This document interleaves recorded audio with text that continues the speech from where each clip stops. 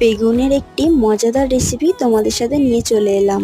বেগুন সর্ষের তেল ঝাল বানানোর জন্য একটি মিক্সিং বলে আমি সাদা সর্ষে, সাদা তিল, পেঁয়াজ, আদা, রসুন, কাঁচা লঙ্কা একটি পেস্ট বানিয়ে নিয়েছি। বেগুনকে ছোট ছোট করে কেটে ভালো করে লাল লাল করে ভেজে তুলে রেখেছি।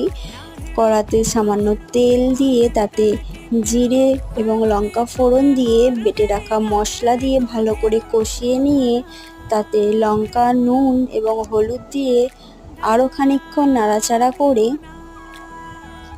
জিরে গুঁড়ো দিয়ে সামান্য পরিমাণ জল দিয়ে ভালো করে মশলাটাকে কষিয়ে নিয়ে ভেজে রাখা বেগুনগুলো উপর দিয়ে দিয়েছি।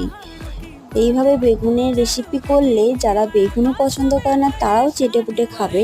তো আমার এখানে বেগুন সর্ষের তেল ঝাল রেডি। রেসিপিটা কেমন লাগলো অবশ্যই জানিও।